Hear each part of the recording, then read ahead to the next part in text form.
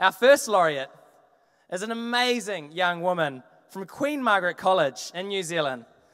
This student answered 127,000 questions during the 2012 competition. She learned a staggering 53,000 words across multiple languages, including French, Japanese, Chinese, Italian, Spanish, and Indonesian. She has won numerous language competitions in New Zealand. She's a straight A student whose interests include languages, art, music, gaming, sport, science, and business. Her favorite place in the world is her grandparents' house in Malaysia. She's humble, ambitious, dedicated, and basically the ideal ambassador for this event. We are incredibly fortunate to have the reigning champion from the Language Perfect World Championships with us tonight. Let's have a huge round of applause for the wonderful Ms. Jean Lee!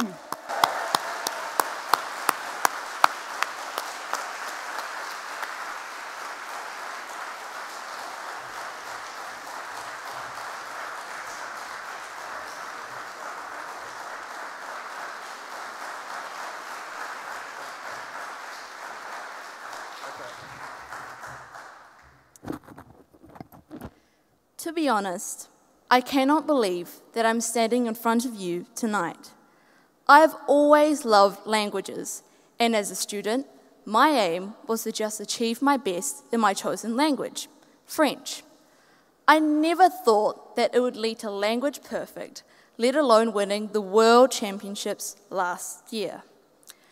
The path I took to be standing here tonight was a rather long and tiring one. 10 days, actually.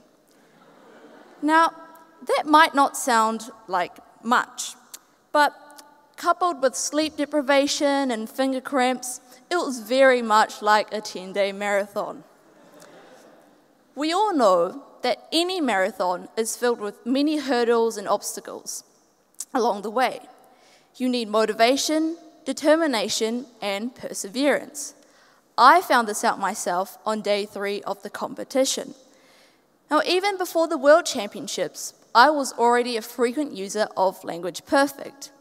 But at most, I would spend perhaps 1 to 2 hours a day revising new words that I just learnt in class. But by day 3, I hadn't slept in almost 3 days. I had a killer of a migraine, my neck was sore, but despite all this, stopping was not an option. I was in the lead, but by a relatively slim margin.